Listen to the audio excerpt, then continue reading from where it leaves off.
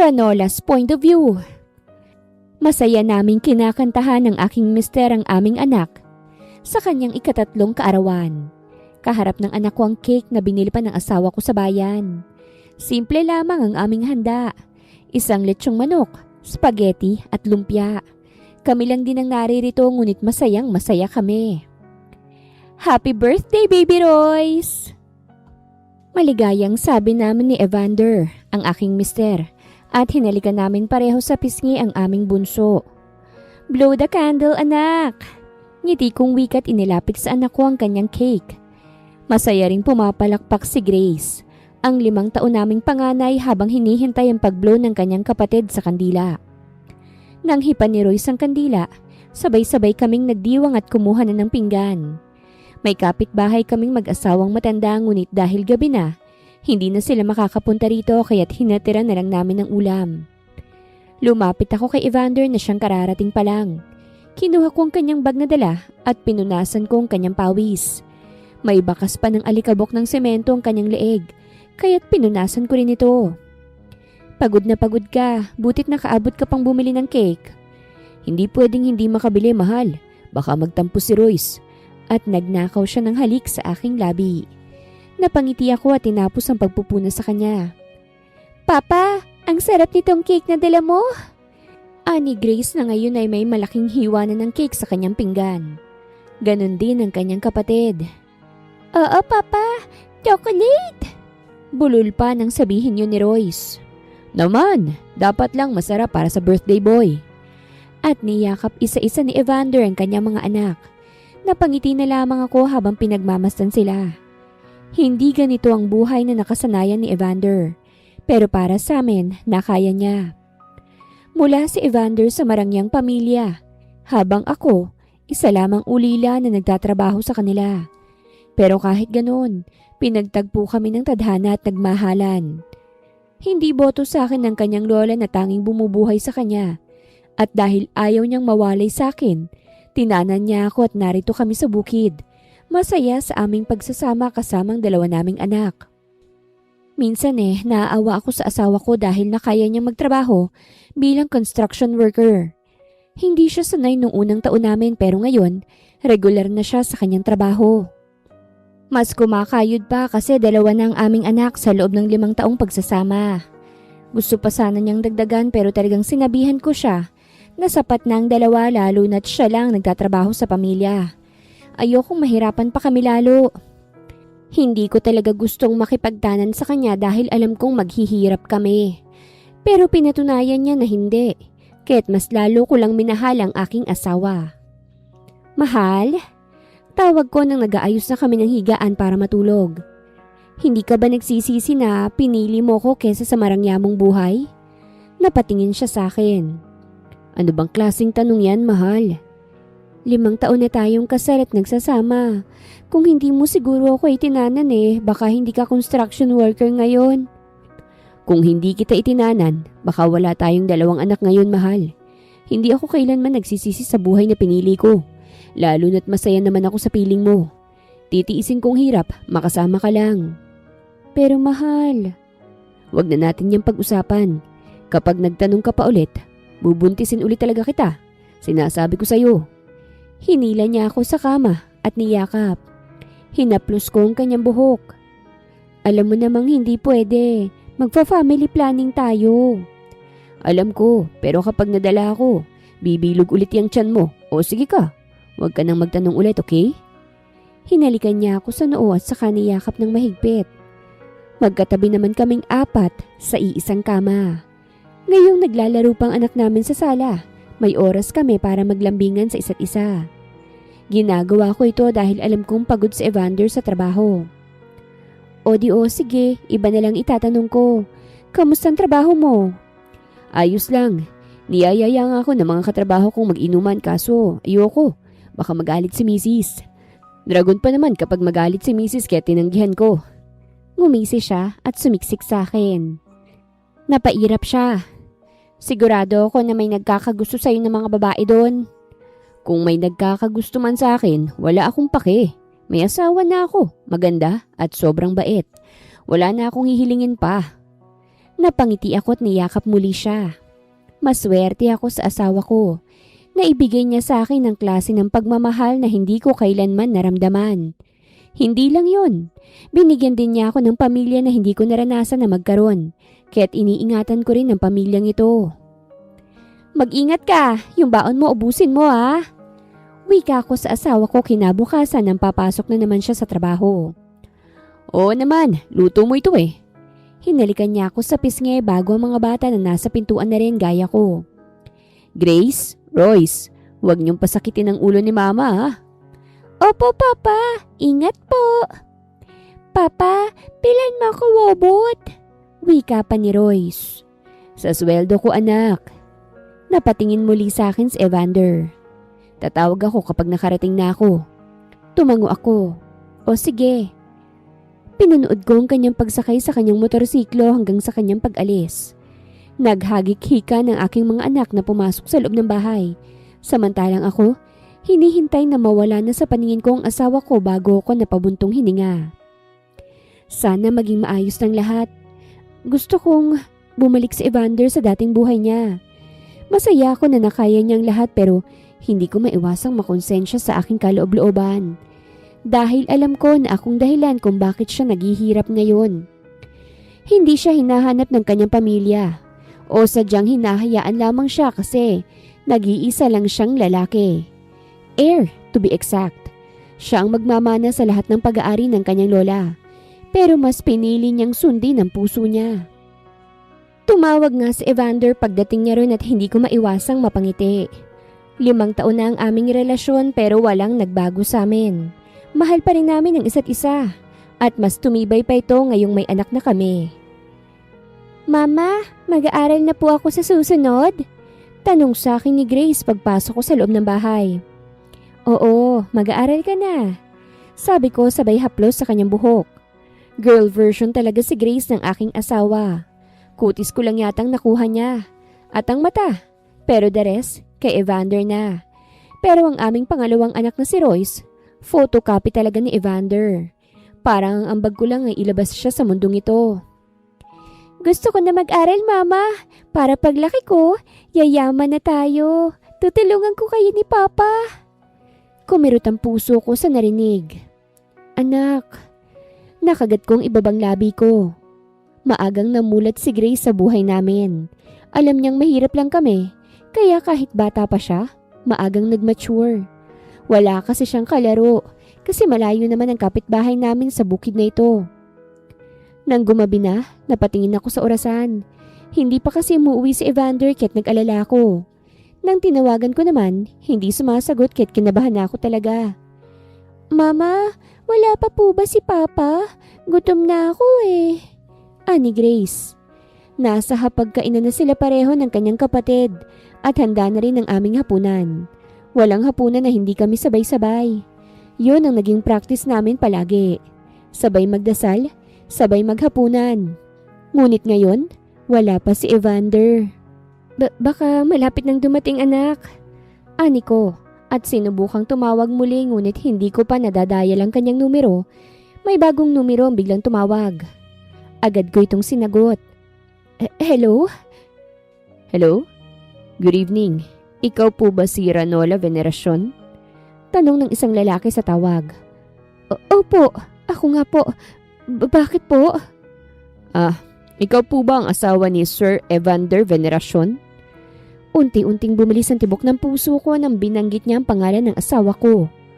Opo. Pwede ka bang pumunta sa presinto, ma'am? Naaksidente kasi ang iyong asawa, ma'am. Nakabangga siya ng kapwa niyang rider. Ha? Napalakas ang sambit ko kahit napatingin sa akin ng aking mga anak. Nakapatay po si Sir, ma'am. Kailangan kanya rito. Nanlamig ang buong pagkatao ko. Ano? Hindi ko alam kung anong sasabihin ko. Nakapatay si Evander? Nangilid ang luha sa aking mga mata. Napatingin ako sa mga anak ko na inosenteng nakatingin sa akin. Gusto kong umiyak pero ayokong malaman nila na hindi muna makakauwi ang papa nila ngayon. Ayokong masaktan sila. Inihabilin ko muna ang mga anak ko sa kapitbahay namin na ilang metro din ang layo mula sa amin. Mag-asawang matanda ito na walang anak at isa rin sa aming mga kaibigan dito. Mama, saan ka pupunta? Tanong ni Grace. Pupuntahan ko lang ang papa niyo, anak. May nangyari po ba sa kanya? Umiling ako. Wala naman, anak. Dito muna kayo kay lolo't lola. Babalik din ako kagad. Nakumbinsi ko ang aking mga anak na manatili muna sa aming kapitbahay. Habang ako, sumakay ng habal-habal para lang makababa sa bukid at magtungo sa presinto. Sa entrance pa lang ng silid, sigaw na agad ng galit na babae ang naririnig ko. Pinatay mo ang anak ko! Walang iya ka! Nakita kong isang babae na mataba na galit habang pinipigilang makalapit sa lalaki na nakilala ko agad. Nabasag ang puso ko na makita ko si Evander na nakayuko. Walang kalaban-laban at may mga konting sugat siya sa katawan. Halos manghina ako. Vander! Gulat na nag-angat sa akin ng tingin si Vander. Tuluyan na akong naluha. Napatingin tuloy sa akin ng babaeng galit na galit. Ikaw ba ang asawa ng lalaking to, ha? Tandaan mo, makukulong ang asawa mo. Hindi siya makakalabas. Sunod-sunod na tumulo ang luha sa aking mga mata. Hindi ko kaya kung yun nga ang mangyayari. Ayokong mag-conclude lalo na't hindi ko alam kung anong totoong nangyari. Binalingan ko ang asawa ko at umiling siya sa akin. Huwag kang mag-alala. Hindi ako makukulong. Ha? Hindi ka makukulong? Namatay ang anak ko at gagawin kong lahat. Uubusin kong pera ko, makulong ka lang. Nanghingi ako ng impormasyon sa pulis kung anong tunay na nangyari. Base sa kuha sa CCTV, nasa tamang linya naman ang asawa ko at maingat ang nagmamaneho nang biglang nag-overtake sa kabilang lane ng isang nakamotor din na malakas ang pagmamaneho at nabangga niya ang asawa ko. Gusto kong sabihin na walang kasalanan ang asawa ko. Kitang-kita naman sa ebidensya na siyang agarbyado. Ganon din ang tingin ng mga pulis pero ang ina ng namatayan, gusto talagang ipakulong ang aking asawa. Kita naman ho sa CCTV na ang anak niyong may kasalanan. Namatay siya, iya! Hindi ko hahayaang makalaya yung hampas lupa mong asawa. Mabubulok yan sa kulungan. Hindi ko matanggap ang sinabi ng babae sa akin. Halos hindi ko nga malapitan ng asawa ko kasi hawak na siya ng mga pulis at ilalagay na sa kulungan. Napatakip na lamang ako sa aking bibig habang tinitingnan siya. Ngumiti siya sa akin. Makakalabas din ako. Huwag mong pababayaan ng mga bata, Ranola. Huh? Paano ka makakalabas? Gustong-gusto kong ipakulong ng pamilya ng bumangga sa'yo. Kahit naman may ebidensya hahanapan ka nila ng butas. At iyon ang masaklap. Wala kaming magagawang mahihirap kapag may pera ang kalaban. Kayang-kayang baliktarin ng lahat kahit naman may ebidensya. Kaya nila itong ibasura. Madiin lang ang inosente. At isa pa, hindi hampas lupa si Evander. Kung hindi lang kami nagtanan sobrang yaman niya ngayon. Hindi niya mararanasan ng ganitong buhay. Kasalanan ko ito. Umuwi ka na muna, mahal. Ang anak natin, huwag mong pababayaan ang mga anak natin. Hindi ko sinabi sa mga anak ko ang tunay na nangyari sa kanilang ama. Sinabi ko lang na hindi makakauwi dahil busy sa kanyang trabaho. Ang hirap magpanggap sa harap ng aking mga anak. Sa tuwing bababa ako sa bayan para dalhan ng pagkain si Evander, naiiyak na lamang ako sa aming sitwasyon. Mukhang may koneksyon ng pamilya ng namatay kaya't hindi pa rin nilalabas ang aking asawa. Patuloy pa rin na ginigiit na ang asawa kong may kasalanan. Kaya nang hindi na ako nakatiis, tumawag ako sa numero na pilit naming ibinaon sa limot. Ayaw ni Evander na gagawin ko ito. Ngunit ayoko naman siyang mabulok sa kulungan.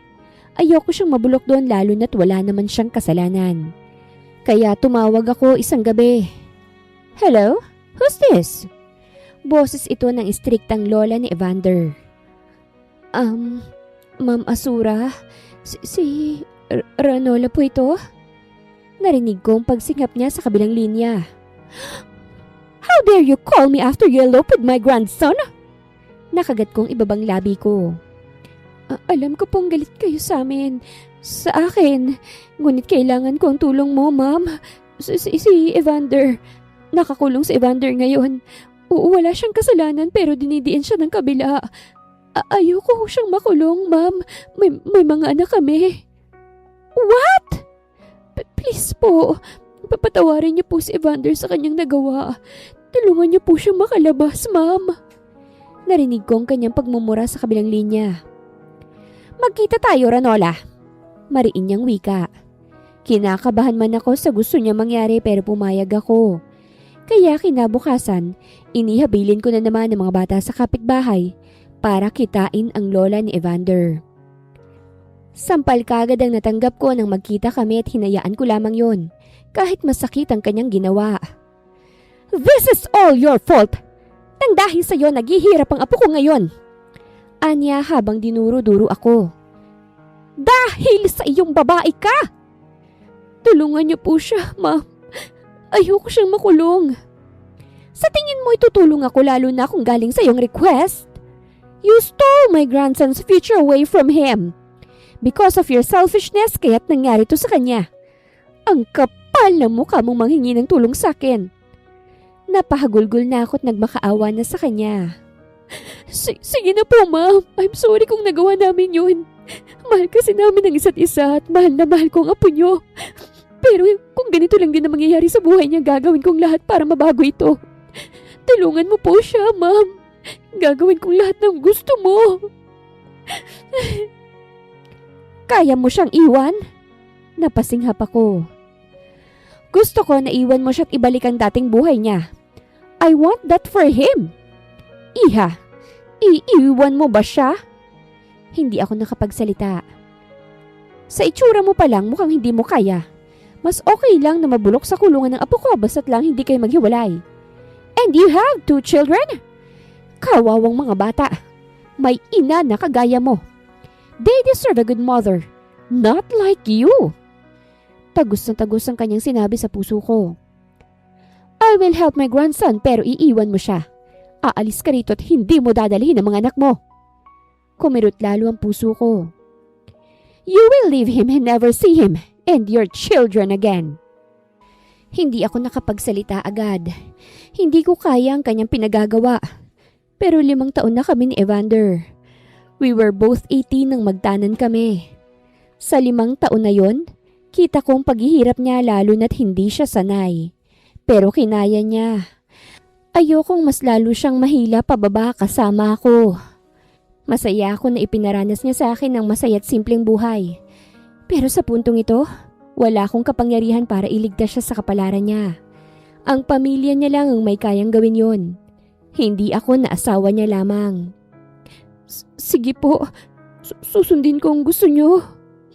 Sumilay ang ngiti sa kanyang labi. Very well. Sobrang bigat ng aking dibdib nang umuwi ako sa bahay. Niyakap agad ako ng mga anak ko. Mama, miss ko na si Papa. Kailan siya uuwi? Tanong ni Grace nang nasa higaan na kami. Pinagitnaan ako ng mga anak ko na parehong nakayakap. Tiningnan ko sila pareho. Malapit na siyang umuwi. Miss ko na po siya. Sana po may dala siyang pagkain. At saka robot! Wika ni Royce at mas lalong isiniksik ang sarili sa akin. Napatingin na lamang ako sa ibabaw para pigilan ang aking luha. Gusto ko silang itakbo palayo. Hindi ko kayang iwan ng mga batang ito. Pero alam ko na patatawarin din ako ng Panginoon. Maiintindihan din nila ako. Kapag nakulong na talaga si Evander, hindi ko alam kung kaya ko bang mabigyan ng magandang buhay ang mga batang ito. Bakit pa kasi nangyari ang lahat ng ito? Ang saya-saya na namin oh. Akala ko wala nang makakasira sa amin kasi kasal na kami. At may mga anak na. Pero hindi pa pala. May sisira at may sisira pa rin talaga sa amin. Siguro, ipinaranas lang sa akin ito pero hindi ito ang nakatadhana sa akin. Siguro, pinakilala lang sa akin si Evander pero hindi talaga siya para sa akin. Buong magdamag kong dinamang yakap ng aking mga anak kasi alam kong hindi ko na ito mararanasan muli. Sigurado ako na ang kanilang mga ngiti ay mapapalitan ng matinding galit balang araw. Dahil iniwan ko sila. Mahal na mahal ko sila lalo na ang ama nila. Porket isasakripisyo ko ito para sa kanilang kinabukasan. Para kay Evander. Mahal na mahal ko kayo. Bulong ko nang makatulog na sila. Sana mapatawad niyo si Mama. Inihabilin kong muli ang mga anak ko sa kapitbahay. Pero sa puntong ito na ang panghuli kasi kukunin na sila ng mga venerasyon. Ngayon na rin ang pag-alis ko. Ngayong tutulong na si Ma'am Azura, sigurado akong babaliktad ang lahat kasi mas mapera yon. Mas maraming koneksyon. Alam kong hindi niya hahayaang mabulok sa kulungan ng apo niya. Lalo na kung wala naman itong kasalanan. Sobrang panlalamig ko nang iwan ko ang bahay dala lamang ang konting gamit. Dumiretso ako sa bus. Nakamasid ang tauhan ni Ma'am Azura para masigurado ang pag-alis ko. Nakagat kong ibabang labi ko at saka pumasok na sa loob ng bus at naluha na lamang. Kung saan man ako dadalhin ng tadhana, sana bigyan pa ako ng pagkakataong makabalik sa pamilya ko. Evander's point of view. Laya ka na! Gulat na gulat ako nang binuksan ng pulis ang selda. Kunot na kunot ang aking noo sa kanyang ginawa. Ilang linggo rin akong nakakulong at ngayon, biglang laya na ako. Bakit? Tanong ko. Umatras ang pamilya. Swerte mo ah. Nanatiling kunot ang aking noo hanggang sa nakita ko kung bakit ako nakalabas. Nakita ko si Lola na naghihintay sa akin. Kasama niya ang bodyguard niya. Kita ko na naluluha siya lalo na nang makita ako. Apo! Hindi ako nakapag-react nang yakapin niya ako. Kumalas siya at hinawakan ang aking mukha. Ang payat-payat mo na!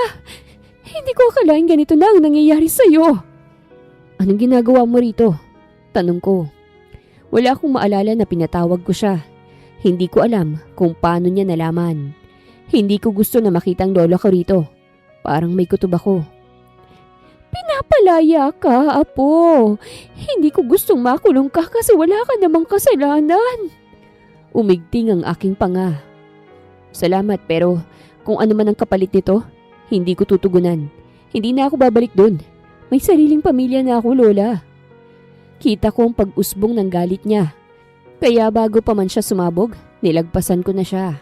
Kailangan kong makauwi. Miss na miss ko ng pamilya ko.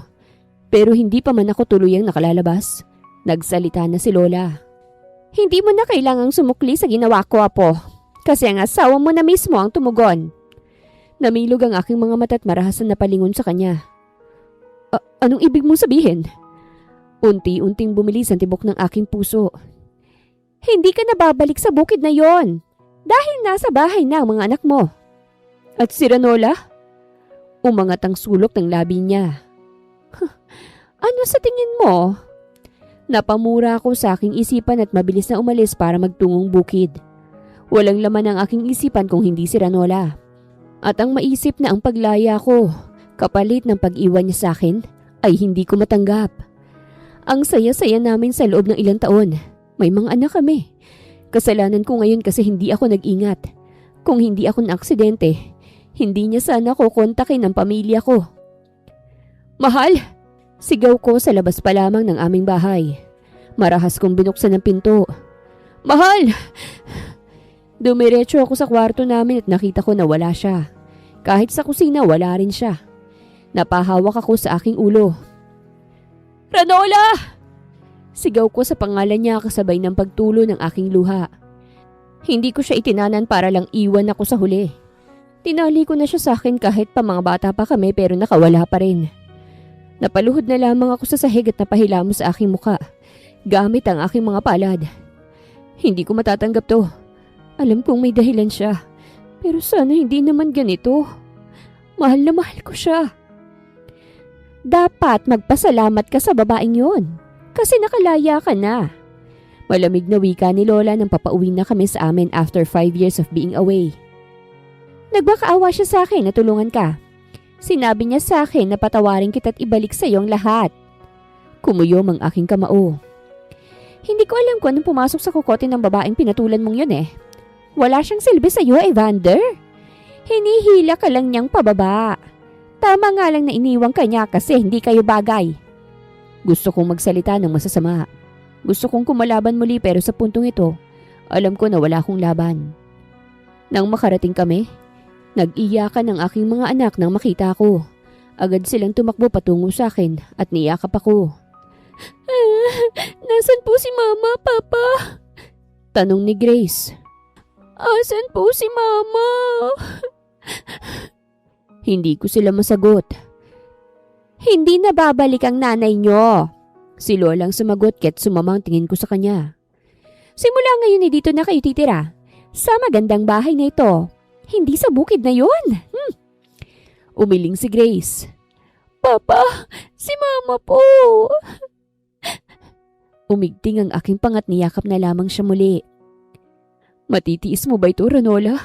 Matitiis mo ba ako? Hindi ko alam pero ang pagmamahal ko sa kanya ay unti-unting napapalitan ng galit ng magtagal.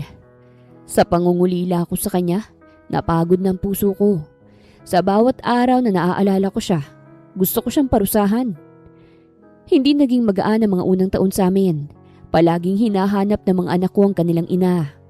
Kahit nang mag-birthday si Grace, ang gusto niya lang ngayang makasamang kanyang ina. Nanghihina na si Lola kaya't kahit ayaw niya, wala siyang magawa kung hindi ang ipasa sa akin ang responsibilidad sa mga negosyo niya. Naibalik nga sa akin ang lahat pero hindi naman kasama sa pagbalik ko ang asawa ko. Apo, pakasalan mo si Jasmine. She's good for you.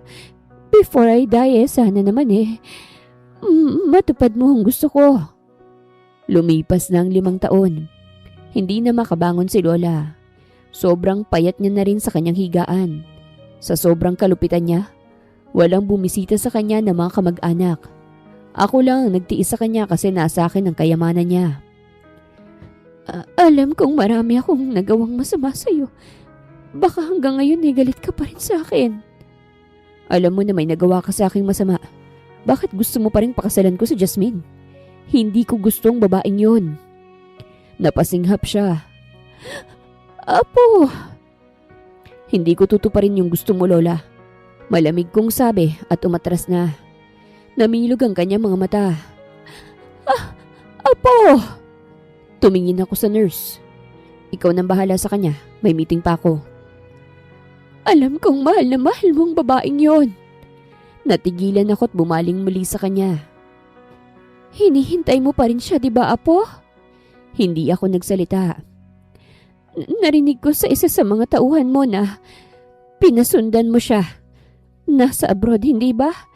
Nagtatrabaho? Umigting ang aking panga. Kung ito lang ang paraan para makabawi ako sa iyo, hayaan kita sa kanya. Ako mismong maghahatid sa kanya sa iyo. Nasa Kuwait, right? Pwede akong kumontak doon at pauwiin siya rito para magsama na kayo. Hindi na kailangan. Mariin kong pagtutol. Mas lalo siyang naluha. Bakit? Bakit ayaw mo na sa kanya? Kasi uuwi na yun na Pilipinas. Namilog ang kanyang mga mata. Bago pa man siya makapagsalita, lumabas na ako ng kwarto niya at napatingin sa aking phone. Alam ko kung kailan ang uwi ng babaeng yun. Sa sobrang galit ko, nagawa ko pang sundan siya. Binabantayan kung hahanap ba ng iba. Ilang taon ko siyang pinasusundan lalo na nang nagkaroon pa ako ng kapangyarihan sa lahat. Madali na lang sa akin na mag-utos ng ako nang pumalit kay Lola. Uuwi siya ngayon sa unang pagkakataon mula na mag-abroad siya. Gusto ko siyang salubungin ng galit ko. Iniwan niya kami ng mga anak niya. Kapag nagkita kaming muli, tatanggapin niya ang galit na ipararanas ko. Kasi galit na galit ako. Hindi kailanman naghilom itong puso ko kasi 5 taon na itong hindi umaayos. Dahil sa babaeng iniwan ako. Ranola's point of view.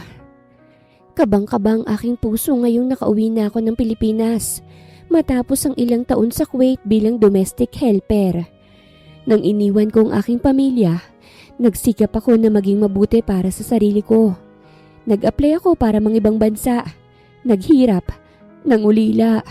Lahat danas ko. Gusto ko na muling makita ang aking mga anak. Gusto ko na ulit makita si Evander pero alam ko na sa desisyon ko, hindi na niya ako tatanggapin ulit. Pero umaasa ako na papayagan niya akong makita ko kahit ang mga bata na lamang. May ipon na ako. Tama lang para hindi na ako bumalik sa Kuwait at manatili na rito sa Pilipinas. Wala na akong balita tungkol sa kanila pero pakiramdam ko naman nasa mabuti na silang kalagayan. Walang araw na hindi ko iniisip sila. Kaya sobrang hirap sa akin ang mga ibang bansa. Ngayon, ano na kayang buhay nila? 5 taon na rin nang nakalipas mula nang mawalay ako sa kanila. 10 taon na si Grace ngayon. Samantalang 8 taon naman si Royce. Nakagat ko ang ibabang labi ko upang pigilan ang sarili kong maiyak. Nasa labas na ako ng airport. Hinihintay ang aking sundo. May naging kaibigan ako na katrabaho ko sa Kuwait at nauna siyang umuwi sa akin. Gaya ko, wala na rin siyang pamilya kaya sa kanya ako dediretso ngayon. Maraming alam si Alana sa buhay ko. Ikinuwento ko sa kanya naging buhay ko nung nasa Kuwait pa kami. At ang sabi niya lang sa akin, tadhana na lang ang magdidesisyon kung kami talaga sa isa't isa. Mag-asawa pa rin naman kami ni Evander ngayon kasi hindi naman kami naghiwalay. Pero ayoko namang pahirapan siya. Kaya umuwi rin ako para makita siya ulit at para makausap tungkol sa nakaraan at ang magiging desisyon ko ngayon. Mabuti naman at hindi ka ginabi. Pinagbuksan ako ni Alana nang ihatid ako ng taxi sa kanila. Tinulungan niya ako sa maleta ko bago ako nakapasok. O, kamusta ang biyahe? Ayos lang, salamat Alana. Ngumiti siya. Walang anuman. Hinayaan muna niya akong magpahinga sa kwarto na ibinigay niya sa akin. Ngunit kinabukasan, tinadtad niya ako ng mga katanungan, lalo na sa mga plano ko ngayong nasa Pilipinas na ako. Plano kong kitain si Evander. Sagot ko sa kanya. Napakurap-kurap siya. Ang asawa mo? Tumango ako. Oo. Diba may nakakatakot siyang lola? Baka hindi na yun makipagkita sa'yo. Baka nga may girlfriend na yun eh. Ilang taon ka ring walang balita. Baka kawawain ka lang kapag nagkita kayo. O di kaya, itaboy ka. Kaya mas maganda kung magkita pa rin kami. Paano niya magiging asawang girlfriend niya kung kasal pa rin kami? Kaya dapat lang mag-usap talaga kami. Ang mahalaga lang naman sa akin ngayon ay ang mga anak ko. Gusto ko silang makita ulit. Tama ka naman. Afford mo naman yatang annulment. Sa dami ng ipon mo, baka afford mo pang bumili ng bahay. Hindi ko alam kung afford ko ba. Umuwi ako rito para makita mga anak ko. Gusto kong bumawi sa kanila. Sa lahat ng mga pagkukulang ko. Kung kinakailangang magmakaawa pa ako kay Ma'am Asura para lang payagan niya akong makasama ang mga anak ko, gagawin ko. Nag-search ako sa internet tungkol kay Evander. Namangha na lamang ako kasi sobrang bigati na siya. May mga litrato din siya sa Google. Kadalasan, siya lang mag-isa. Pero minsan may kapartner siya. Mukhang girlfriend niya ito. Nakagat ko ang ibabang labi ko at nakaramdam ng kirot sa aking puso. Hindi ko maiwasan ang makaramdam ng selos. Hanggang ngayon, hindi pa rin nawawala ang pag-ibig ko sa kanya. Pero nang makita ko ngayon ang litrato na may kasama siyang iba, napagtanto ko na hindi talaga ako nababagay sa kanya. Naghanap ako ng pwede kong makontak sa kanya hanggang sa nakita ko ang isa sa mga kumpanya niya. Tinawagan ko yon pero isang babae yung sumagot. Hello, this is VRP Company. How may I help you? Napalunok ako. Nandyan po ba si Evander? Who is this? Hindi ako nakasagot kahit nagpatuloy siya. Mr. Evander Veneracion is not here, ma'am. He's with Ma'am Jasmine sa isang party po. If you have something to say, you can... ayos lang. Natataranta kong sabi. Hindi na. You can tell me your name na lang po para masabi ko kay sir. Huminga ako ng malalim bago ko binanggit ang aking pangalan. Ranola San Jose. Napapikit ako ng apelido ko sa pagkadalaga ang ginamit ko. Sige po. Natulala niya lamang ako nang binaba ko ng tawag. Hindi ko alam kung paano kong haharapin si Evander. Pero hindi dapat ako maging duwag. Mas maigi na makausap ko siya para maging malinaw ang lahat sa aming dalawa. Nagpasama na lang ako kay Alana sa mall sa mga sumunod na araw. Plano kong bumili ng kung ano-ano sa mall, particularly para sana sa mga anak ko, at kung anong pwedeng ibigay kay Evander kapag nagkita kami. Kaso wala na akong alam tungkol sa kanila, lalo na sa mga anak ko. Ang huling alaala ko ay noong mga bata pa sila, kung gaano kagusto ni Grace ng cake at robot ni Royce. Pero ngayon hindi ko na alam kung anong gusto nila. Kung nagbago na ba lalo na't nasa maganda na silang kalagayan. Mapait akong napangiti. Kanina pa tayo paikot-ikot, Ranola. Wala ka namang nabili. Sigurado ka ba na may bibilhin ka? Tanong ni Alana sa akin na mukhang napagod na sa aming pag-iikot sa mall. Napahinto ako at bigong napatingin sa kanya. Pasensya na. Kumain na lang tayo sa isang restaurant dito at umuwi na. Mukhang wala akong mabibili. Mabuti pa nga. Bumalik na lang tayo rito kapag may naisip ka na. Mas maganda kung maglilista ka, Ranola. Tama naman siya. Lumilipad kasi ang aking isipan kaya't wala talaga akong maisip na mabili. Liliko na sana kami sa isang restaurant nang bigla nilang may yumakap sa akin na nagpatigil sa aking paglalakad. Nagbaba ako ng tingin at naistatwa ko nang makita na isa itong batang lalaki. Hindi ko nakita ang kanya mukha kasi baon na baon ang yakap niya sa aking tiyan. Ayos ka lang ba? Kita ko ang pagkatarantang takbo ng isang babae na mukhang yaya ng batang ito. Miss, pasensya na. Hindi ko alam kung ano nangyari Bigla na lang siyang tumakbo sa'yo. Mama? Namilog ang aking mga mata sa boses na yon. At nang tumingala siya sa akin, bumungad sa akin ang pagmumukha ng aking anak na si Royce. Parang umatras ang puso ko sa nakita. Anak! Namuo ang luha sa aking mga mata. Hindi ko inaasahan na makikita ko siya. At sa mall pa. Mama! Nag-squat na ako sa kanyang harapan para magkalibel ang aming paningin. Pinalis ko ang luha sa kanyang mga mata. Ang laki-laki mo na! Mama, sama ako sa'yo. Miss na kita. Isama mo ako sa bukid. Balik na tayo ron. Ayoko sa bahay, Mama. Ayoko dun. Isama mo na ako. Ramdam ko ang sakit sa bawat niyang sinasabi. Kinakain na ako ng sobrang konsensya ngayon. Anak! Royce! Natigilan ako nang marinig ang boses na yon. Nakita ko si Evander at may kasama siyang babae at ilan sa mga bodyguards. Mukhang ito yung girlfriend niya. Nandiyan ang papa mo. No! Isama mo ko, Mama. Ayoko sa bahay. Sumiksik lalo si Roy sa akin kit napatingin muli ako ngayon kay Evander na galit na nakatingin sa akin. Yaya, kunin mo si Royce. Utos ni Evander kit ang bata. Kinuha na ng yaya mula sa pagkakayakap sa akin. Nagwawala ng anak ko ngunit wala akong magawa kung hindi ang ihiwalay siya sa akin. Gumagawa na kami ng eksena. Nakakahiya. Mama! Ayoko! Huwag mo akong iwan, Mama! Huwag mo akong iwan! Sigaw ni Royce na ngayon ay hawak na ng yaya. Punong-puno na ng luha ang kanyang mga mata. Lumabo ang aking mga mata. Gagawa ko ng paraan, anak! Napatakip na lamang ako sa aking bibig nang inilayo si Royce ng yaya at naiwan na lamang akong nakatayo kasama si Alana. Agad naman niya akong tinapik sa balikat. Let's go, Evander! Wika ng babaeng kasama niya at nauna nang naglakad. Tatalikod na sana si Evander nang pinigilan ko siya. Sandali! Hinawakan ko siya sa braso. Napatingin siya sa kamay kong nasa braso niya bago sa akin. Agad kong tinanggal ang pagkakahawak ko. Pwede ba kitang makausap? I don't have time. Kailan ka merong oras? Gusto kitang makausap. I don't have time. Alam kong wala kang oras pero sana bigyan mo ko ng oras kahit ilang minuto lang. May gusto lang akong sabihin. Umangat ang sulok ng kanyang labi. Bakit hindi mo na lang sabihin dito? Total, nasa harap mo na naman ako. Hindi ko alam kung maganda ba itong sabihin dito pero mukhang busy talaga siya. Kaya sasabihin ko na lang. Gusto kitang makausap tungkol sa mga bata at tungkol sa kasal natin. Kita ko na nagbago ang kanyang ekspresyon. What? You want me back? Nanindig ang balahibo ko sa reaksyon niya. 5 taon nang nakakalipas, Ranola. Don't tell me you want me back now, na para bang madali lang sa'yong bumalik.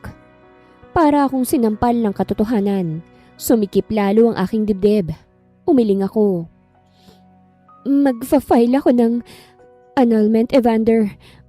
Para maging malaya ka na. Gusto ko lang makausap ka ng maayos tungkol dito at tungkol na rin sa mga bata. Akala ko'y matutuwa siya pero mas lalo lamang siyang nagalit. Hindi siya nagsalita at agad tumalikod. Hahabulin ko sana siya kaso biglang sumulpot ang 2 lalaki na nakaitim at pinigilan ako. Hanggang dyan ka lang, ma'am. Hinawakan na ako ni Alana sa braso. Tama na, Ranola. Umuwi na lang tayo. Hindi na kami nakakain ni Alana ng tanghalian dahil sa nangyari. Ang ending, sa bahay niya na lang at nag-inuman kami. Tulalang-tulala ako matapos kong nilagok ang bigay ni Alana. Hindi pa rin ako makaget over. Lalo na sa pagkikita namin ni Evander at ng anak namin na si Royce. Si Grace na lang ang hindi ko pa nakikita. Mukhang kailangan mo nang maghanda, Ranola. Sa itsura ng asawa mo kanina, mukhang galit na galit. Ani Alana. Alam ko namang galit siya sa akin pero hindi naman kailangan ganun. At saka makakabenipisyo siya kapag hiwalay na kami. Kawawa naman ang girlfriend niya. Mananatili lang na side chick. Baka hindi naman talaga niya yung girlfriend. Hindi naman magka-holding hands nang makita natin. Napatingin ako sa aking kaibigan at ngumiwi ako. Huwag mo na nga akong paasahin. Hindi kita pinapaasa, okay? Kaya yun galit kasi hindi pa rin makamove on. Iniwan mo ba naman eh? Para rin naman yun sa kanya. Kung hindi ko siya iniwan, baka hindi pa rin siya nakakalabas sa kulungan. Baka miserable ang buhay namin lalo na ng mga bata. Uminom muli ako ng panibagong alak. Pilit kinakalimutan ang nangyari kanina. Sobrang sikip ng dibdib ko. Ang sakit na magmakaawa pang bunso kong anak na sumama siya sa akin. Naalala pa rin niya ako kahit mas matagal ko siyang naiwan kesa nang nakasama ko siya. Ang sakit-sakit. Hindi ko alam kung dapat ko bang pagsisihan ang mga naging desisyon ko sa buhay o habang buhay na lamang na panindigan at pagdusahan. Nangyari ang lahat at noong panahon na yun ay tingin ko tama ang naging desisyon ko. Yun ang nararapat sa panahon na yun. Iihi na nga muna ako. Paalam ni Alana. Tumangulang ako at nagsalin muli ng panibagong inumin. Ay, masarap pala ang alak. Umiikot na ang aking mundo sa gitna ng aking pag-inom. Nang tumunog ang phone ko, hindi ko na tiningnan ng may-ari ng numero. Basta ko na lang itong sinagot. Hello? Inuman tayo, Chong! Humalakak ako at uminom muli. Sino ba to? Hindi sumagot ang nasa kabilang linya. Nako, wag mo akong maprang-prang ha. Lashing ako ngayon. Where are you? Tanong ng lalaki sa kabilang linya. Kaboses niya ang asawa ko. Mahal, ikaw ba yan? Hindi muli itong sumagot. Patawarin mo ako, mahal. Kasi iniwan kita eh. Ayaw kitang makulong. Hindi ko ginusto ang lahat ng ito. Uminom muli ako at nakita ko na bumalik na si Alana. Sino naman yung kausap mo?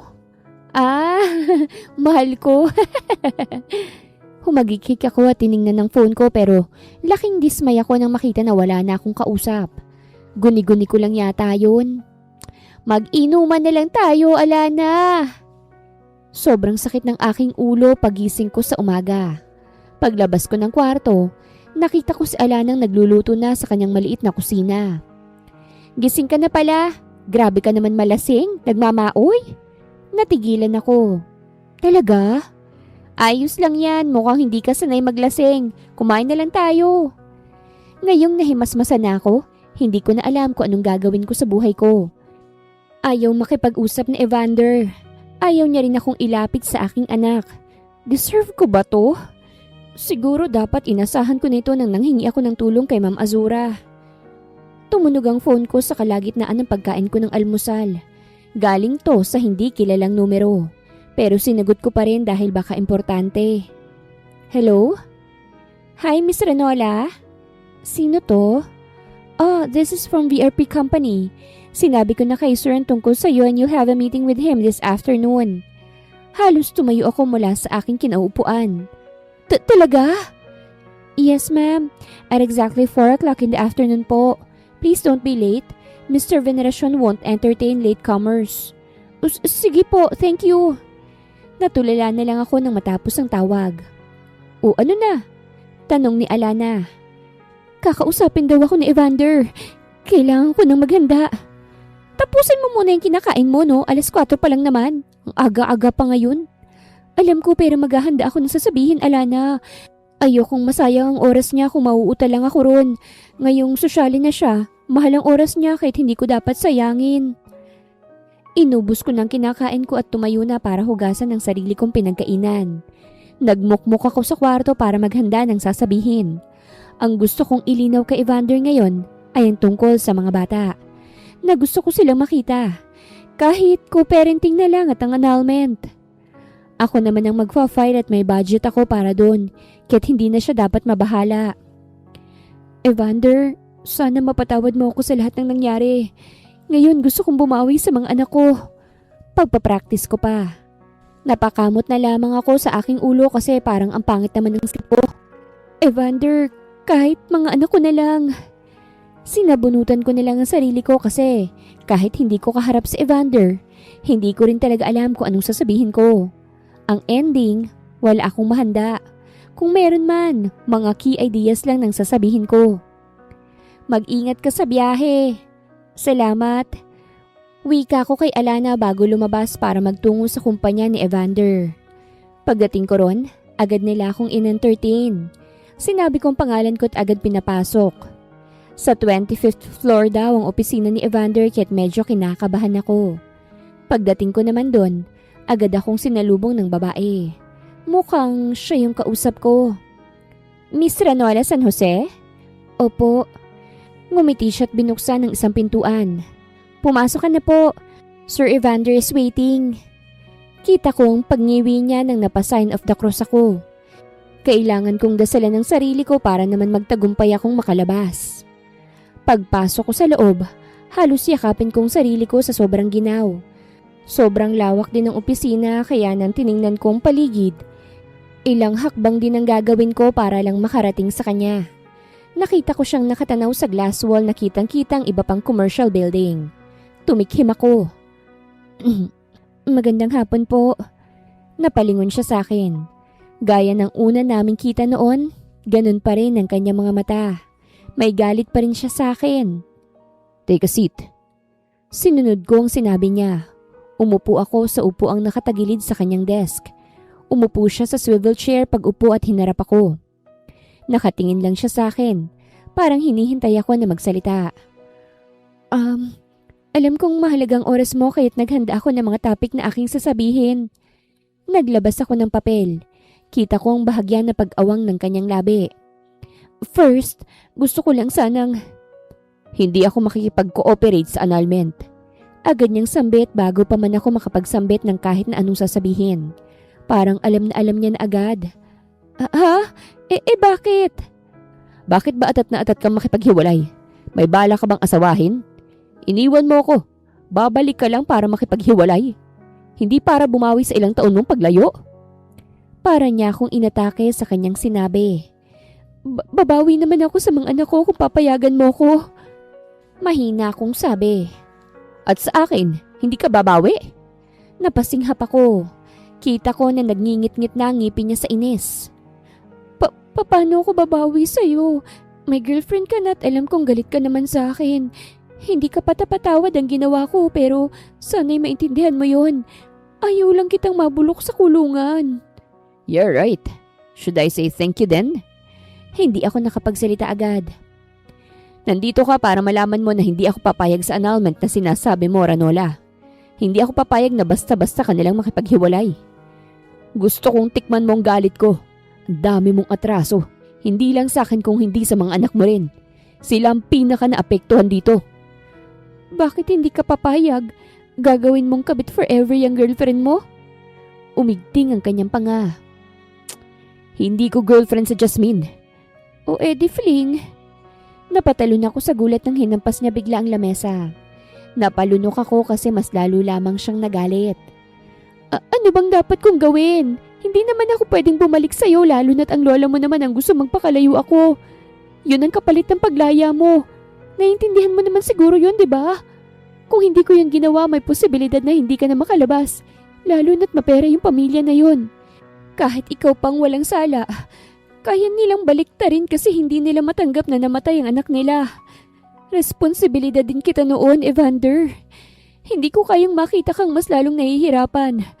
At may mga anak tayo. Kung nakakulong ka hanggang ngayon, magdurusa rin ang ating mga anak.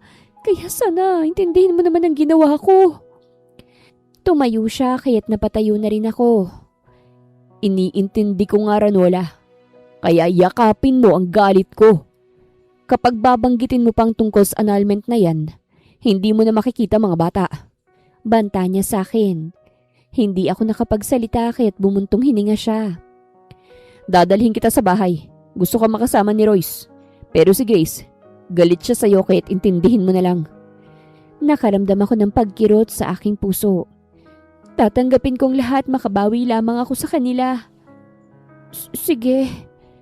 Nang mag-out na si Evander, sumama ako sa kanya pababa sa first floor. Nakita kong babae na inakala ko na girlfriend niya at natigilan nang makita kami. Evander! Napasulyap sa akin ng babae. Hindi ako makakasama sa party, Jasmine. May importante akong pupuntahan.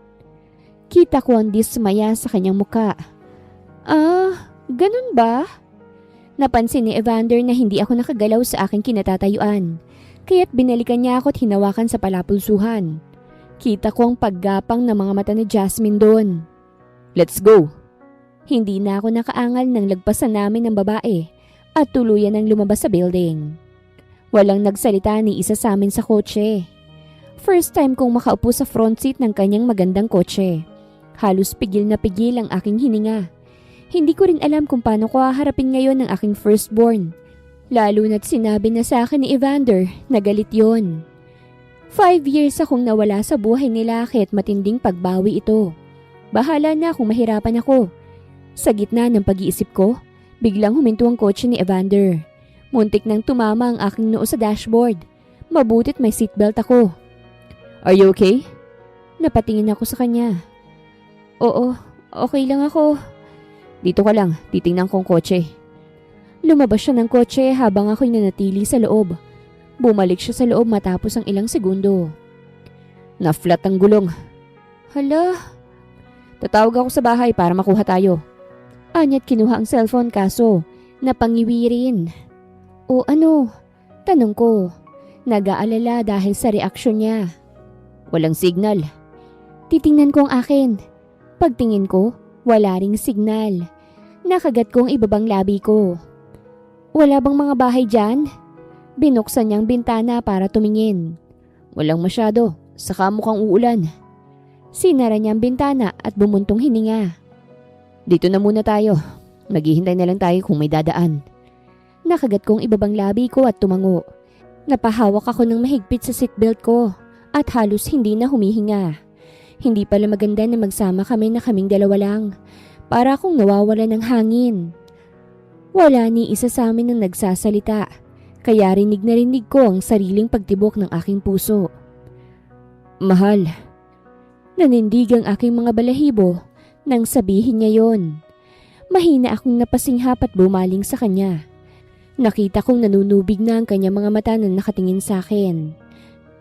Evander, hindi mo naman siguro ginusto na iwan ako, di ba? Parang may tumama na pana sa aking puso nang itanong niya yon. Galit na galit ako, Ranola. Ginawa ko lang yun para makalaya ka. Kasi sa ating dalawa, ikaw ang may mas kakayahang buhayin ng ating anak. Hindi naman kita kailangang iwan kung pabor lang sana sa atin ang panahon. Ang pamilya mo, ibinalik ko lang sa iyo ang lahat. At sa nakikita ko ngayon mukhang nasa tamang landas ka na naman. Umigting ang kanyang panga. Sa tingin mo, nasa tamang landas na ako? Yes, you gave me freedom. But at what cost? Leaving us? Hurting me and our children? Hindi ako nakapagsalita. Hindi dapat kita sinisisi kasi alam kong wala kang choice. Hindi ko lang matanggap. Alam ko na kasalanan ko kasi may ganun akong pamilya. Sana mapatawad mo ako, Evander. At makamove on na rin sa nakaraan. You have a girlfriend now. Hindi ko girlfriend ng babaeng yun. Mariin niyang pagputol. At wala nang sagabal sa ating dalawa kung babalikan mo ko. Nanlaki ang aking mga mata sa kanyang sinabi. Hindi niya na rin yun nadagdagan ng may bumusina. Pinalis niya ang luha na tumulo sa kanyang mga mata at lumabas ng kotse. Kinausap niya yung huminto habang ako napasapo na lamang sa aking dibdib para pakiramdaman ang aking sariling puso. Magkabalikan? Makikipagbalikan siya sa akin? Ayos lang sa kanya kahit na matagal kaming nagkahiwalay. Ranola, nilingon ko si Evander. Binuksan na niya ang pinto ko kaya't lumabas ako. Sumakay na tayo sa kanila para makauwi na tayo. Mabilis kaming sumakay sa kotse na nakaabang sa amin. Hindi namin kilala ni Evander yon, pero nagmamagandang loob at hinatid kami hanggang sa bahay niya. Salamat, ani Evander. Medyo basa ang aking buhok kasi nabasa ako ng ulan. Si Evander din naman pero mukhang wala lang ito sa kanya. Let's go. Sumunod ako sa kanya na may kabana sa aking dibdib. Makikita ko na ngayon ang aking mga anak. Excited na ako na kinakabahan. Si Royce alam kong masaya siya na makikita ko. Ewan ko lang kay Grace. Mama! Nanlalaki ang mga mata ni Royce nang makita ko sa pintuan at agad tumakbo palapit sa akin. Katabi niya kanina si Grace na ngayon ay nakakunot na ang noong nakatingin sa amin. Papa? Wika ni Grace na ngayon ay dalagang-dalaga na. Your mama is here, Grace. Ani Evander. Why is she here? She wants to see you too. Halos hindi na ako pinakawalan ni Royce. Nakatingin naman ako kay Grace. Hinihintay ko ang kanyang paglapit. Pero hindi. Instead, tumayo siya at nag-walk out. Grace! Tawag ni Evander. Come back here. Ayos lang, Evander. Ayos lang. Sinubukan kong ngumiti. Nagbaba ako ng tingin kay Royce at nginitian ko siya. Dito na rin ako naghapunan. Hindi sumali si Grace sa amin kahit namomroblema na naman si Evander. Si Royce ang nasa tabi ko at nagpapasubo sa akin. Huwag mo nang pilitin, Evander. Naiintindihan ko naman si Grace eh. Galit siya at ayos lang. Huwag mo nang pilitin ng bata. You are still her mother, Ranola. Pero iniwan ko siya. Tama lang nagalit siya sa akin. Babawi ako kung papayagan mo ko. Ano ba sa tingin mo kung bakit kita dinala rito? Natahimik ako. Mama, huwag ka na pong umalis ha. Hinaplos kong likod ng aking anak. Hindi ako aalis. Bibisitahin kita palagi. Bakit ka pa bibisita kung pwede ka naman dito tumira? Mama, huwag ka nang umalis. Napatingin ako kay Evander. Alam kong hindi ito madali para sa kanya. Ayokong makipagbalikan siya dahil lang sa mga bata. Pwede naman kaming mag-co-parenting. Yun ang gusto kong mangyari. Araw-araw akong bumibisita sa kanila at hindi naman ako pinagbawalan ni Evander. Gusto kong bumawi kahit minamalditahan lang ako ng aking panganay. Tiniis ko yun kasi gusto ko ulit siyang makita. Si Royce lang itong lumalapit sa akin at ang tanging hindi nagtanim ng galit. Halos dito na nga ako tumira sa bahay nila para lang bumawi. Aware akong nandito si Ma'am Azura. Pero dahil may sakit ito, hindi na lumalabas ng kanyang kwarto. Grace? Tawag ko sa kanya nang sundan ko siya sa hallway. Mukhang papatungo siya sa kwarto niya at may dala siyang iPad. Huminto siya sa paglalakad at nilingon ako. Kumirot ang puso ko nang makitang walang kabuhay-buhay ang kanyang mga mata. Hindi katulad noon nung kasama ko pa siya. Noong hindi ko pa siya iniiwan, masayahin pa siyang bata. What? Ang laki mo na. Gumanda ka lalo. Wika ko. Sinamaan niya ako ng tingin at umatras ang sinubukan kong lumapit. Kaya tumigil ako. Why are you still here? Kung si Papa ayos lang sa kanya, ako hindi. I don't want you here. Alam ko naman yun pero gusto kong bumawi sa'yo. Hindi ko gustong iwan kayo ni Royce ng Papa mo. May dahilan pero alam kong hindi yun dapat. Pero anak, nandito na ako. Babawi naman ako sa'yo. Nang tingnan niya lang ako, nagpatuloy ako. At saka malapit ng birthday mo, anong gusto mong regalo? Bibilhan kita. Ang gusto kong regalo, sana wag ka na magpapakita sa amin. Leave me alone. Leave my papa alone. Maayos na kami na wala ka. Yun ang wish ko sa birthday ko. Kaya sana, tuparin mo. Ani at tumakbo sa kanyang kwarto. Naiwan naman akong nakatulala kasabay ng pagpatak ng luha sa aking mga mata. Kahit ganun ang sinabi ng aking anak, sinawalang bahala ko lang yon. Bumisita pa rin ako sa kanila. Binibigyan sila ng pagkain.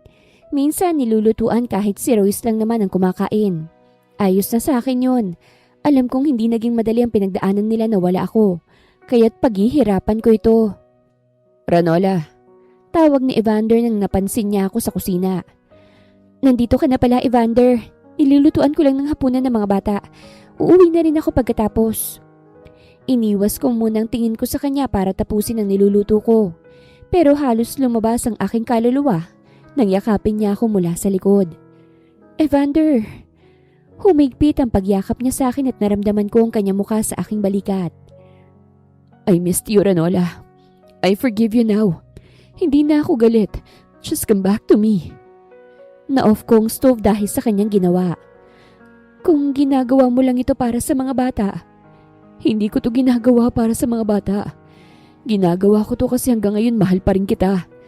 Kahit galit ako sa'yo, mahal pa rin kita. Ang lola mo. Mahina na siya. At kahit na hindi niya ako mapipigilan. Ako lang ang tanging nagmamalasakit sa kanya ngayon kasi tinalikuran na siya ng ibang kaanak namin ngayong nasa kama na lamang siya. Nagulat ako ron. Kaya wala siyang magagawa kahit magkabalikan tayo. Asawa naman kita. Kinuha niya ang aking kaliwang kamay at hinaplos ang aking daliri. Nasaan ang singsing? Tinago ko. Isuot mo yun. Magkabalikan na tayo, please. Mahal mo naman ako, di ba? Nang umikot ako paharap sa kanya, kita ko ang pagsusumamo sa kanyang mga mata. Hindi mo ba talaga girlfriend yung Jasmine? Hindi. Kasama ko lang siya dahil yun ang gusto ni Lola para sa akin. Pero hindi ko siya girlfriend. Ni hindi ko nga yun hinalikan.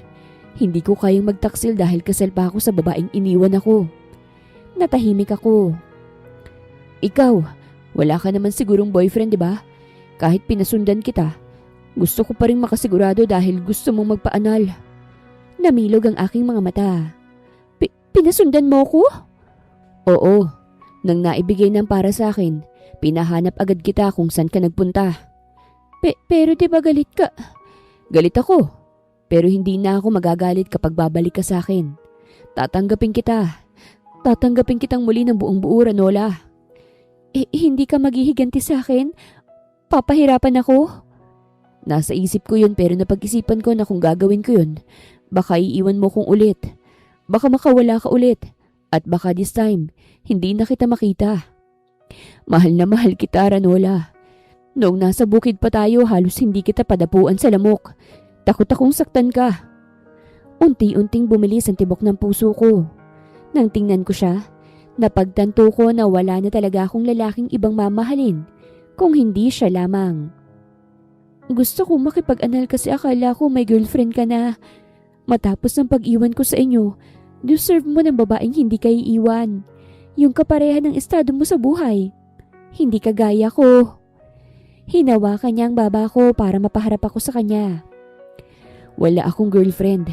Wala akong panahon sa ganun kasi busy akong magalit sa'yo. Ngayon, ayoko nang magalit. Kasi nararamdaman ko na iiwan mo kami ulit. At ayoko nang mangyari pa yun. Hinaplos niya ang aking muka. Ang ganda-ganda mo pa rin, Ranola.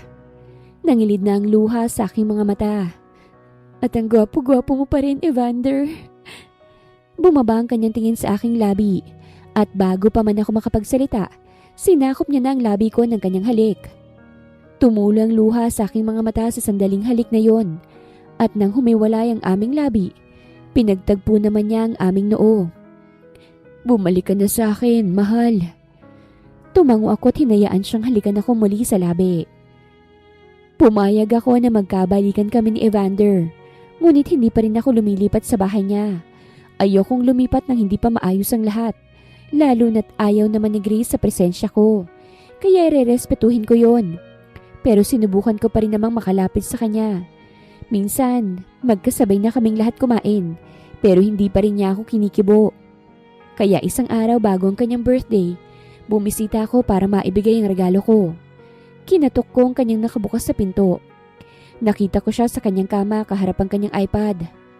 Grace? Nag-angat siya ng tingin sa akin. Nilapag ko sa gilid ng pintuan ng regalo ko. Kita ko ang pagkunot ng kanyang noo. What's that? Advance happy birthday gift ko sa'yo.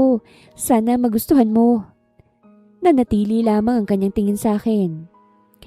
Miss na kita, Grace. Alam ko na galit ka sa akin dahil iniwan kita. Pero bumabawi ako sa'yo kasi hindi ko ginusto na iwan kayo. Mahal na mahal kita, Grace. Go away. Nakagat kong ibabang labi ko at tumango sa kanya. Karma ko na siguro ito dahil sa mga naging desisyon ko sa buhay. Birthday na niya bukas. Pupunta siguro ako pero hindi ako magpapakita para hindi masira ang kanyang araw. Pababa na ako sa hagdan nang pigilan ako ng kasambahay. Ma'am, pinapupunta ka po ni Ma'am Asura. Kinabahan ako. Ha? Sumama ka po sa akin. Kabang-kaba man, sumunod pa rin ako sa kanya. Nagtungo kami sa kwarto at naroroon nga si Ma'am Asura na nakahiga sa kama. Hinang-hina na. Sinara ng kasambahay ang pinto kahit kaming dalawa na lang. Lumapit ka. Kahit hinang-hina na, naroroon pa rin ang otoridad sa kanyang boses. Lumapit ako, nilalabanan ng kaba ko. Nang nakalapit na ako sa kanya, medyo nagulat ako nang makita kong pamamayat niya. Hindi katulad ng huli kong kita sa kanya, na malusog pa. Karma ko na siguro ito. Hinang-hina na ako ngayon. Ranola, sa dami ng sinira ko na buhay, walang laban kung mismong katawan ko ng kalaban. Bakit niya po ako pinapunta rito? Ayokong marinig pang kadramahan niya sa buhay. Nagbalikan na ba kayo ng apo ko? Hindi ko siya sinagot agad. Balikan mo. Wala siyang ginawa kung hindi ang maghintay. Maghintay sa iyong bumalik. I'm sorry for ruining your family, Iha. Alam kong hindi ko maibabalik ang lahat. Kahit bago pa ako mawala sa mundong ito gusto kong makabawi man lang. You can go back to them now. Hindi mo kailangang lumayo kasi pamilya mo naman sila in the first place. Alam kong galit pa rin si Evander sa akin. Pero siya lang din ang hindi ako iniwan. Kahit ang dami-dami kong atraso sa kanya. Kaya sana pagbigyan mo ko, Iha. Pagbigyan mo kong bumawi. Bumalik ka na sa apo ko. Kailangan ka niya. Mahal ka niya. Hinihintay ka ng mga anak mo. Lalo na si Grace. Palagi ka nang binabanggit Sana'y wag mong pigilan ang sarili mo dahil sa akin. Mamamatay na rin ako. At ayokong mawala na hindi naaayos ang buhay ng apo ko. Sa totoo lang, hindi ko alam kung anong sasabihin ko. Siguro nakahinga na ako ng maluwag kasi hindi na siya sagabal sa amin. Galit din ako. Pero ako naman itong lumapit sa malupit na kagaya niya noon. Pero akala niya siguro madali. Dahil sa nangyari, nahihirapan na akong kunin ang loob ng anak ko. May parte na kasalanan ko pero kung hindi siya tutul sa amin, hindi sana yun mangyayari. Ma'am, oras na po para uminom ng gamot. Napaatras na ako nang lumapit ang nurse sa kanya. Wala akong masabi sa kanya kasi ayokong magkamali. Sapat na sa akin na nagsisi siya. Hindi niya na kailangang marinig pang sasabihin ko kasi wala na dapat. Lumabas ako sa kwarto niya na may bigat sa aking puso. Nakita ko si Evander na naghihintay na pala. At nang makita ko, agad siyang lumapit para yakapin ako. Sinabi ko sa kanya na pupunta ako sa birthday party ng anak namin. Ngunit hindi ako magpapakita para hindi masira ang birthday ni Grace. Naiintindihan niya naman yun kaya't nagpasalamat ako na ayos lang sa kanya. Pero sa mismong araw ng birthday ng anak ko, tinawagan ako ng ospital para ipaalam sa akin na naaksidente si Alana. Wala siyang pamilya at ako lang din ang kaibigan niya. Kaya't kahit nagdadalawang isip ako dahil sa anak ko, pinuntahan ko ang aking kaibigan. Anong nangyari? Tanong ko pagdating ko sa kanya. May bandage na ang kanyang ulo at may sugat ang kanyang binti. Kumunot ang kanyang noo nang makita ko. Bakit ka nandito? Birthday ng anak mo Pupunta naman ako pero hindi rin pwedeng pabayaan kita. Kaibigan kita. Ano ba kasing nangyari? Nabangga ako ng motorsiklo habang tumatawid ako sa pedestrian. Nanlumo ako sa narinig. Ayos ka na ba? Medyo masakit pang katawan ko pero mabutit nakahinto siya agad. Magkakapera pa yata ako nito kasi babayaran niya ako. Dapat lang. Bumuntong hininga ako. Uuwi ako para kunan ka ng damit, ha? Naku, wag ka na mag-abala. Pumunta ka na doon sa birthday ng anak mo. Pupunta naman ako, Alana, kahit ayaw niya akong makita sa birthday niya. Saglit lang naman, kapag naibigay ko na sa iyong damit at pagkain mo, pupunta na ako, okay? Napatingin ako sa oras. Maaga pa naman. Magsisimula ang birthday party ni Grace ng alas 7 ng gabi. Alas 6 pa lamang ng hapon kit may oras pa ako. Salamat po. Wika ako sa driver ng taxi sa baybayad. Patakbo kong dumiretso sa bahay ni Alana at kinuha ang susi mula sa aking bulsa. Pumasok ako sa loob at agad kinuha ang kanyang bag at naglagay ng mga damit. Konting damit lang ang aking kinuha. Paglabas ko, agad kong nilakang pinto. Aalis na sana ako nang nakita ko si Grace. Umawang ang aking labi at napakurap-kurap. Kita ko na nagbaba siya ng tingin sa dala kong bag. Nanubig agad ang kanyang mga mata. Grace! Anong ginagawa mo rito? Sinong kasama mo? Lumuha siya bigla kaya't nataranta ako. Lumapit ako sa kanya at nag-squat para magkalibel ang aming tingin. May masakit ba sa'yo? Bakit ka nandito? Aalis ka? Talagang tutuparin mo ang wish ko? Ha? Napatingin ako sa dala kong bag. Sa kaibigan ko ito may... Iiwan mo na naman kami. Kasi hindi mo kami mahal. Nagtatampo lang naman ako. Hindi ko naman gustong wish na yun. Nagtatampo lang ako. Hindi naman kita iiwan. Pupunta nga ako sa birthday mo eh. May pupuntahan lang akong saglit. Sinungaling ka.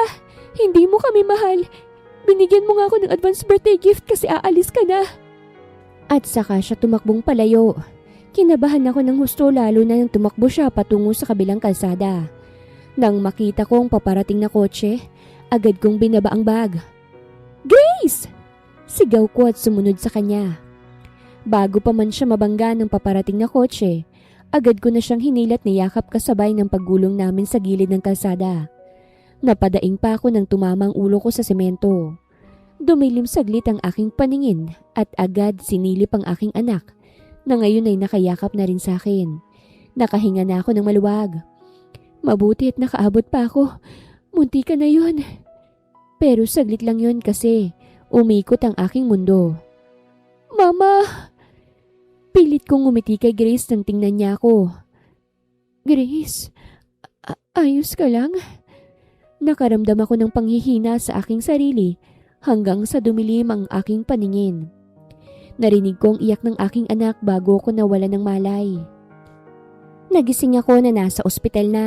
May dextrose nang nakakabit sa akin at naka-hospital gown na rin. Kumunot ang noo ko nang makaramdam ng bigat sa aking katawan. Kaya't nagbaba ako ng tingin para lang makita ang aking mga anak na nakayakap sa akin. Tulog na tulog ang mga ito. Umawa ang aking labi sa nakita. Ranola. Bumaling ako sa gilid ko. Nakita ko si Evander. Tumayo agad siya nang makita akong gising na. Evander, are you okay now? Napasinghap ako nang may mapagtanto. Paano yung birthday ni Grace? Cancelled ng birthday celebration. Mas mahalaga ka ngayon. Nakagat kong ibabang labi ko. Hindi na rin naman matutuloy yun dahil nang malaman ni Grace na wala ka pa sa party niya, agad siyang umalis. Hindi ko alam kung paano niya natuntun ng bahay mo. Pero ang akala niya siguro aalis ka na naman. Naibaba ko ang tingin ko sa mga anak kong payapang natutulog habang yakap-yakap ako. I'm sorry. Hindi ko deserve maging ina. You deserve everything in this world, Ranola. Madilim ang mundo namin kapag wala ka. Kailangan namin ng ilaw. Kailangan kita. Kailangan ka ng mga anak mo. Nakagat kong ibabang labi ko at tumango-tango. Dahil sa bahagya kong paggalaw, nagising si Grace. Kinabahan ako nang magkatinginan kami. Mama, namuo ang luha sa aking mga mata. Grace, I'm sorry, Mama. I love you. Please don't leave us again. Umiling ako. Hindi na mangyayari yun. Hindi ko na kayo iiwan. Pangako yan. Promise? Promise, anak. Hindi ko akalaing makikita ko muli na ganito ang aking pamilya. Parang bumalik lang kami sa dati. Lalo na nang ipinagdiwang na lamang dito sa loob ng kwarto ko sa ospital ang birthday ni Grace. Napangiti ako ng hipan niya ang kandila ng kanyang paboritong cake. Pati si Alana na paika-ika sa kanyang lakad. Nasali sa selebrasyon. Magkaibigan talaga tayo. Pares pa tayong nasa ospital.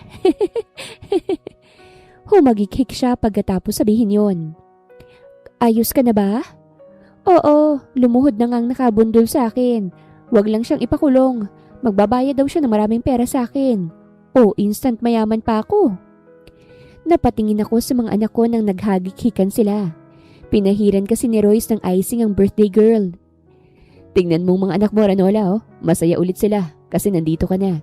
Hindi ka matitiis ng mga anak mo. Napatango ako. Sumang-ayon sa kanya. Inilabas din ako sa ospital 1 araw lang matapos kong ma-admit. Nakatanggap ako ng bulaklak mula sa asawa ko nang ma-discharge ako at halos pag-agawan ako ng 2 bata. Kung 3 sigurong kamay ko, baka pati si Evander hahawak din. Dahan-dahan sa paghila sa mama nyo, kalalabas nilang sa ospital. Paalala ni Evander at pinagbuksan ako ng pinto sa front seat ng kanyang kotse. Salamat. You're welcome. Malaki ang ngiti ko nang sa bahay ni Evander ako inuwi. Kaso, saglit lang yon na makita ko ang bisita sa sala. Napatayo siya nang makita kami.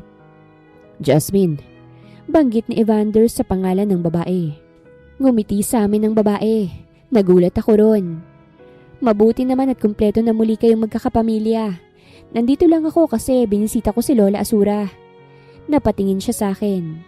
I'm happy na binalikan mo na sila, Miss Ranola. Miss na miss ka na ng pamilya mo eh. They're not happy without you. Thank you for being with Evander, Miss Jasmine. Gulat na napatingin si Evander sa akin at namutla na si Jasmine. Ha? Wala kaming relasyon, Miss Ranola. Although may crush ako sa kanya pero he rejected me. Wala kang dapat ikabahala. Wala kaming ginagawang masama habang malayo ka. Alam ko yun, pero gusto ko lang magpasalamat. Kahit papano, may babaeng kagaya niya. Wala man silang relasyon pero pinagkatiwalaan siya ni Ma'am Asura para lang palapitin siya kay Evander. Tapos ko nang bisitahin si Lola Asura. Aalis na ako ah. Ngumiti siya sa amin bago siya lumabas ng bahay. Kunot noo akong tiningnan ni Evander. What was that? Umiling ako. Wala naman. Mama, tabi tayo mamayang gabi ah. Ani Grace. Mama, tayong magkatabi. Ani pa ni Royce na nakipagtitigan na sa kanyang kapatid. Magtatabi-tabi tayong lahat mamayang gabi. Okay na ba yon? Yes! Dahil sa loob ng 5 taong pagkakalayo ko sa kanila, ito lang naman ang gusto kong mangyari. Ang tanging inihiling ko, ang makabalik sa piling ng aking mga mahal sa buhay. Inakbayan ako ni Evander. Tara na mahal, alam kong pagod ka sa biyahe. Hinalikan niya ako sa pisngi bago niya ako hinatid sa kwarto niya para makapagpahinga kasama sila. I love you, Mama! Sabay na wika ng mga anak ko. Halos maipit na ako kasi nakayakap silang 2 sa akin sa kama. Idagdag pa ang aking asawa na sumiksik rin. Hindi nagpapatalo. Niyakap niya kaming lahat. Walang kahirap-hirap kasi malaki siyang tao. And I love you all. Napapikit ako. Mahal ko kayong lahat. Ani Evander at mas lalo kaming niyakap. Hindi ko nasasayangin ito. Simula ngayon, magiging mabuting asawa at ina na ako. Ngayong nasa piling na nila ako, hindi na muling didilim ang aking mundo. Kasi nasa bahay na nila ang ilaw. Wakas!